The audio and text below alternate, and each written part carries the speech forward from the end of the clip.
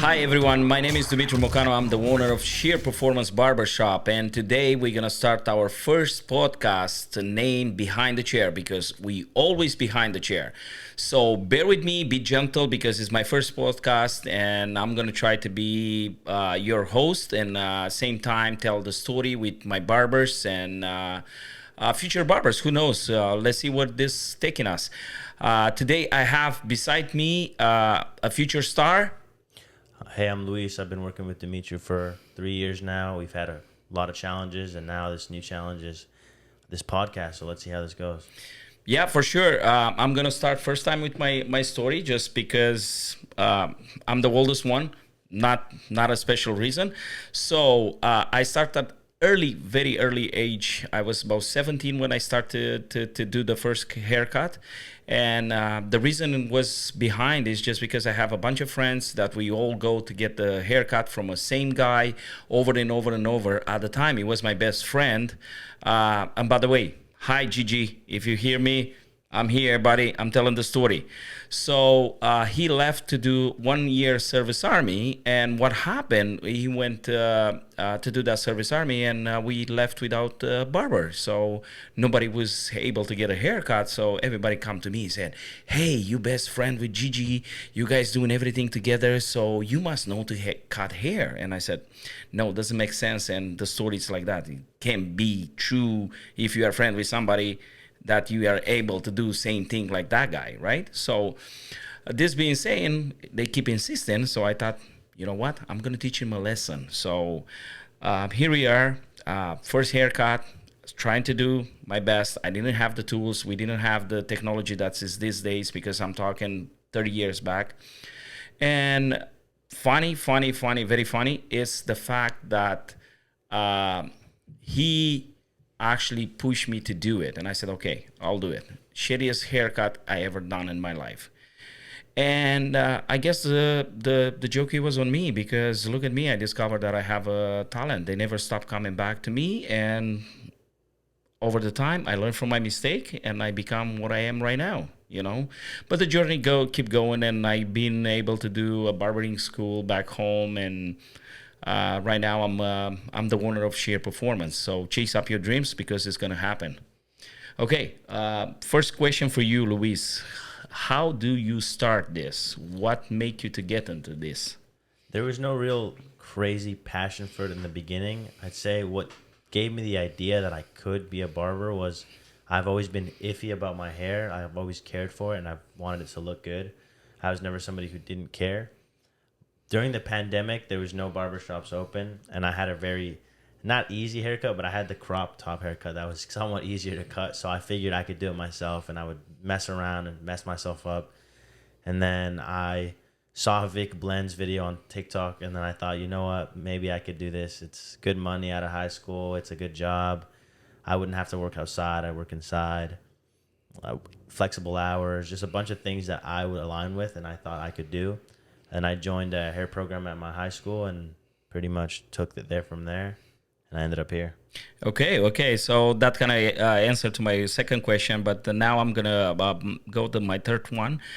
Do you remember your very first haircut on a client? How did you did? So my first haircut, and not many of you may know, I started as a hairstylist, not a barber. So my first client and haircut ever was on women's hair and long hair. It was at Abbey Senior. It was a girl around my age, maybe younger. She had like a bob, and then she just wanted to clean it up.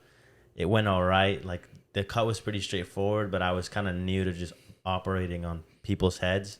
So like I poked her in the eye a bunch of times, and like I just messed up a bunch of times with sort of stuff like that. The cut was fine, but I was just very awkward in the way I was around people's personal space. Yeah. So how has your personal style as a barber evolved over the time? I'd say I've definitely developed my own tricks and things. I say I'm more of I lean more towards having very much focus on like the styling. I think styling is a big thing for me. I like to care for the style a lot. The haircut itself, I obviously put a lot of work into that, but the styling for me is kind of the focus. And I find that, yeah, I'd say I like styling the hair a lot. and that's kind of where I get a lot of the drive from. As I'm doing the hair, I'm imagining the final style, the final overall look, and then I get myself there from the beginning, and I just chisel away. So you usually just see the style way ahead, I see and the then end goal. then you start to build up towards that. I Okay, take a yeah, little step that's there, that's pretty cool. But if you weren't a barber, what do you think you'll be doing instead? Honestly, I have no idea. There was a bunch of things I tried to do. Like in early high school, I tried to be a rapper. I don't know if you knew that. Well, you have a microphone, so you can start on, buddy. I thought about doing the other trades for a long time. Like my brother did construction and he did carpentry, so I thought about doing that. I thought about doing like police academy stuff like that. Yeah. Okay. That's not bad. It's a good direction. Okay, what haircut or style do you enjoy doing the most? I'd say I like a lot of the new modern styles with modern mullets, like modern taper fringes, or even like a comb over with just a modern style with like a taper or something like that. I really like the modernness of the tapers. Is just like it's the fade and the scissor work. Like you really have to know how to do both in order to get the final look really It's good. funny because you find it modern, Yeah. the taper, but the taper was way back in the Yeah, days, yeah. and they just come back, you Yeah. know. So I was doing taper way like when I start first time, Before I was yeah. around. Yeah. That was the time been that I doing start. tapers, Yeah, that's the way I start personally. But yes, it's a little bit different. Yes, because most haircuts these days, they are tailored to the person that's in the chair, Yeah. right? So because every time now doesn't exist bad haircut Yeah. no more, because everybody, I want it that way, Yeah. you know. So you cannot call it a bad People haircut, just right? express themselves. to Yeah, the hair yeah. more So now, yeah. that's It's why I'm almost saying it's like tailored for the person that's in Yeah. the chair, right? So we just gotta be behind it and try to execute it. We try to execute it at the best we can to be at the top of the top, you know. So yeah, that's pretty cool. Do you prefer clippers, scissor, or mix of both, and why? I'd say a mix of both for sure. I find if you generally go towards, let's say you prefer the clippers, you're really going to be very good with the clippers, but you might not be as good with the scissors, and then vice versa. But if you like doing both, I feel like you kind of have to push yourself to be good at both. And as a barber, I think a good barber is like a minimum standard is you have to be good with both clippers and scissors. Yeah, for sure. That's one of the best things. Like most barbers these days, they don't. I don't know. They don't own the scissor as good. Like they are not running the scissor as good. You know, because it's very important. You know, it's the small stuff that you can touch up. They all like go on clipper over comb, and that's it. Yeah. Done. Try to fade it. And blend it as easy as possible. But when it's coming to long hair, then you hit the wall because you're not able to no way to actually break it create down, something because you never knew how to do that stuff. Exactly. You don't own the scissor. You know, you're not stable on it, so you don't know how to run the scissor perfectly, right? So yeah, that's one of the things. It's very cool. Very cool. So, what's one underrated barbering technique every barber should master? Honestly, this is it's a no-brainer. I'd say one that I learned from Dumitru himself here is when you open up the clipper halfway and you go along the mustache, it gets it to like a perfect 1.5 length. And for most beards, honestly, that's like the perfect length for the mustache. You don't need it any thicker or any thinner. That open blade. And then if you have to adjust it, you can close the blade as you go. But usually the open blade alone is enough to get it through there. It's a perfect mustache. Yeah, when I learned that first time, that technique for myself, when I learned that, because I didn't come from my brain, so I just learned it from somebody else. When I saw the guys trying to do that first time, I was like screaming, "Hey, no, what are you doing? Just stop! You're gonna knock that off!" No. So then I learned it's possible to be done. I was scared like yourself. Yeah, even I just like this past year I started fully going confident with it. But the last year and a half before that, I was not very confident with that. But it's definitely a golden technique. Okay, how do you stay sharp, keeping learning new skills? I tend to focus on if I'm nowadays it's pretty hard not to be on your phone all the time. Like you're gonna be scrolling most of the time. So if I'm scrolling or with whatever I'm doing, if I need something in the background, I try to focus it towards barbering content, or more so like whether it's styling, like new cutting techniques, whatever. I try to focus on if I'm gonna doom scroll and like just scroll forever, I might as well look at stuff that's gonna benefit me. Sometimes I pick stuff up from online and I'll try them on clients and then it works out. But I'd say that that's pretty much the best way I have to stay sharp is keeping up with modern trends and just looking at as much Yeah, barbering content. there are a lot of good barbers there, Yeah. and we should not be hate each other. So we should be, because we are in the same branch, and Exactly. I think we all should come together, Yeah. and we should all learn from each other. You know, Exactly. not be so selfish. You know, No. yeah, it's definitely a good way to stay sharp on your skills. Yeah, but what is the biggest mistake that you see barber doing? I'd say biggest mistakes that I see barbers doing now is definitely not focusing on learning how to use the shears. I feel like a lot of new barbers tend to not go to school, and you might not need to go to school to become a barber, but I'd say because stuff is so easy to learn with the clippers, like the fading seems like the hardest part about learning how to cut hair, but it can be difficult, but generally once you pick it up, you kind of get it down. But with the scissors, it's a lot harder to pick it up because there's so many different variables that can affect the way you cut. And if you don't master the scissors, like all you'll really be good for is the fading, but you're not gonna know how to connect stuff and just fading is really popular right now, but it could die whenever. At Oh yeah, any yeah. moment. The trend keep changing, Exactly, right? right. So If you don't know how to use those scissors, you're gonna kind of age out of the barbering world. yeah, yeah, yeah, for sure. So shop life culture. What is the vibe you want the clients to feel when they walk in our shop? Generally, I think for us specifically, the vibe we have at the shop and the vibe I like the clients to have is to just feel more at like homey, like not like we're homies, but more like at home. Like you don't really have to put on a persona to like you don't have to like make yourself look cool to talk to your barber. You don't have to feel some type of way. Like you come in, you feel like you're at home.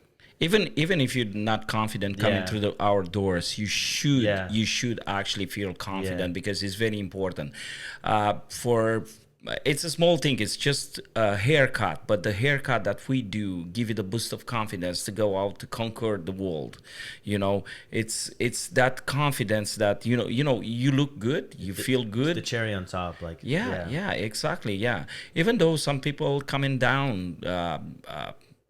Very down when they come into to the shop, and then when they go to the doors they're 5 inch taller just yeah, because the confidence is there, you know. exactly. So yeah, that's one of the things. Yeah, I am the same. I like for everybody that come in our shop to feel like home, just sit down, shoot up the shit, you know, talk with everybody. I Yeah, like the conversation, common conversation yeah, between our barbers and customer, and I'm not talking about just barber and customer all together, yeah, you know. So yeah, that's kind of the way I kind of see it. yeah. It's important to have music or atmosphere for a barbershop. What do you think is most listened songs on a barbershop? I'd say it really depends. Like if you go to more of those modern barber shops, a lot of like just hip hop or rap, I'd say here we have a good mix depending on the day you come in. It could be anywhere from like literally anywhere from like jazz to like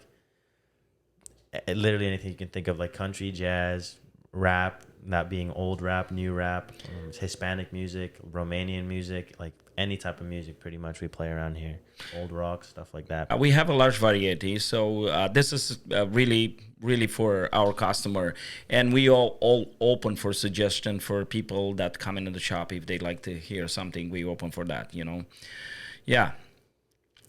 How you build loyalty with clients?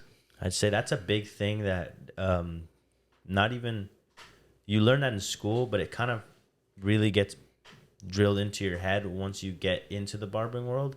I'd say the biggest things you can do is besides the haircut, like obviously put your all into the haircut, but you have to make sure you really try and connect with the clients, make them feel like at home, like you're not just their barber, but you're their friend, right? You have to remember things about their lives, and that's not something you just do to get them to come back, but you really just trying to connect with the person, like outside of like business transactions. You have to kind of get to have some sort of a bond with those clients, and then those clients that you have that bond with, they'll come back to you forever. They won't leave. Yeah, this is the way I personally see it. Like when the customer come in your chair, you got to learn the way he likes to have the hair.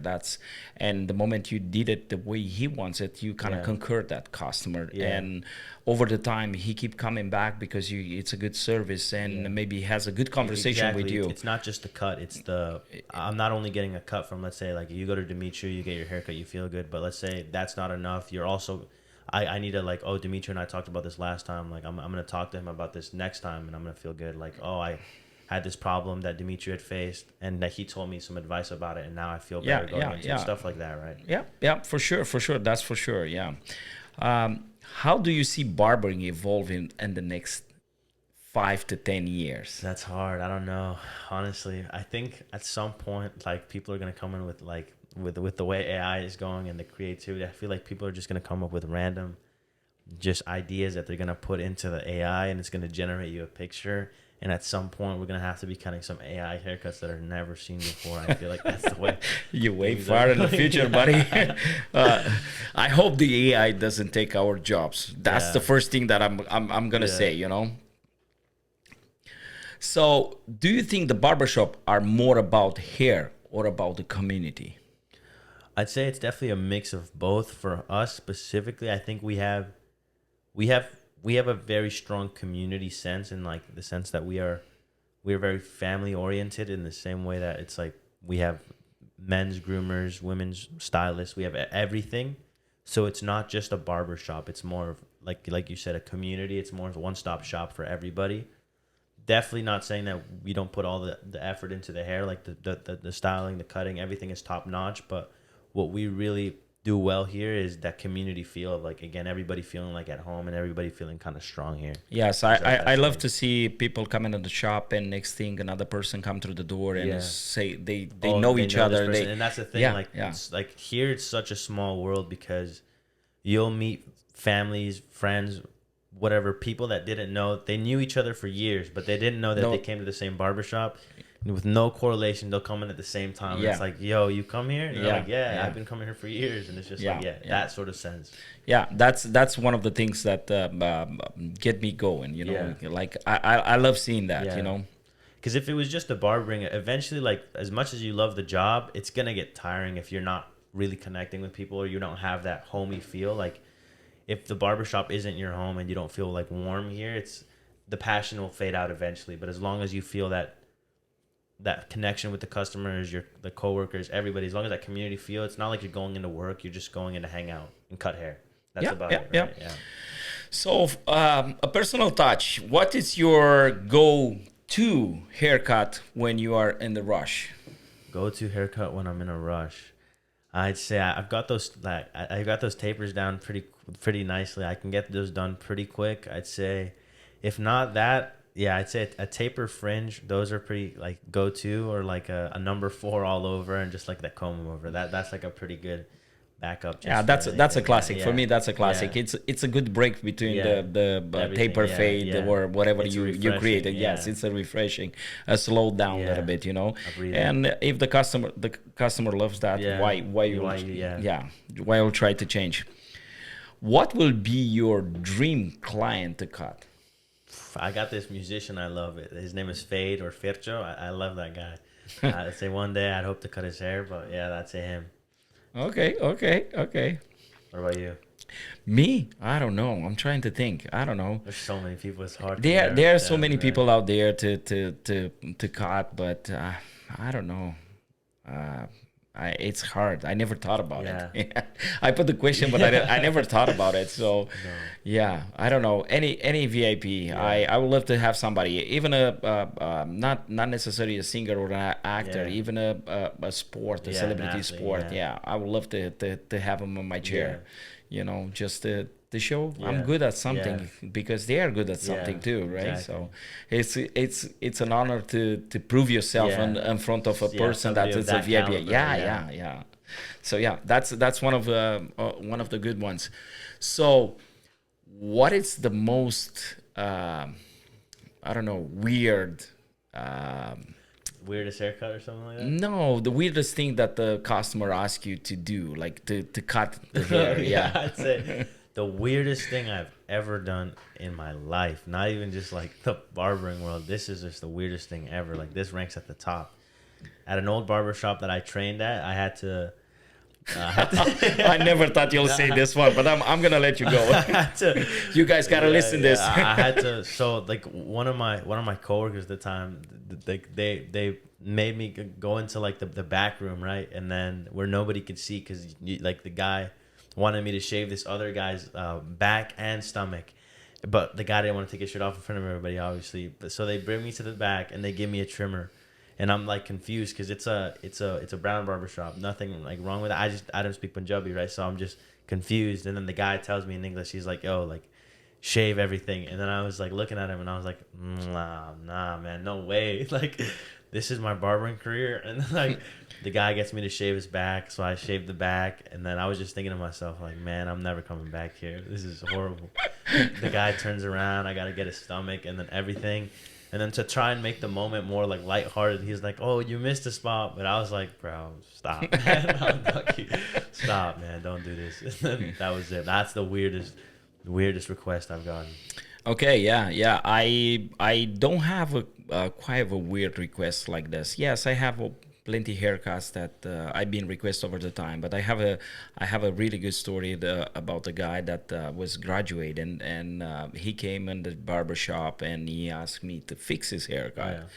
But when he came, he was chopped up all over the places, like on the sides, and his half of the hair, it was gone. It was keep going, and he came to me and said, I was trying to make like a very high fade, and I got to there, and I keep going, and next thing I realized that I'm too far ahead, like I'm too far out.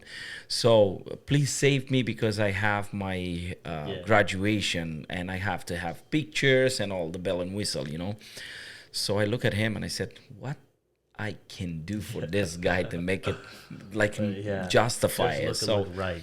So yeah, just to look right. So I'm not going to divulge the names because I'm pretty sure probably at some point he will see this podcast anyway. So long story short, I come up with the idea to kind of skin fade the sides, and I skin fade the sides, and I make it like very high. And lucky me, had a lot of length on the top. That I managed to push everything on the side, and he was looking like a very crispy army haircut, with little bit product will stay in the place, and you'll look good in the picture, So kind of that was my saving, and the guys still come in to see me even these days. You gotta point it out. I've heard the story a bunch of times. I've never seen the guy. I'm gonna tell you at some point, after we close up the microphone, I'm gonna tell him which guy it is. This one. So yeah, because he's still coming to me, and I respect him a lot, and he's doing a lot out there. So I'm not gonna divulge the names. That's why I'm saying I'm gonna tell the stories, but I'm not gonna say nothing, not pointing figures. So yeah. Okay, this being said, this is our first one. I will keep going over and over, but I don't want to bore you guys. So we'll come back with Luis at some point, and we'll keep going for this. In meantime, if you guys want to see us in the action, and if you guys want to get a haircut, a cool one that gets you on the top of the line, please come to visit our shop. We are in British Columbia, Abbotsford, for who doesn't know where we are. And Old Claiborne Plaza, you guys find us here. We have a website. You can book the appointment through the website. So looking forward for you guys to see us. And I don't know, shoot up. What are you guys thinking about our podcast? Give us some idea. What do you guys like to learn? And for the next one, I think we're going to talk more about how the new generation that wants to get in this barbering industry, how it's easy for them to start up, So for now, I will say, see you soon, guys. There we go, Luis. Peace out.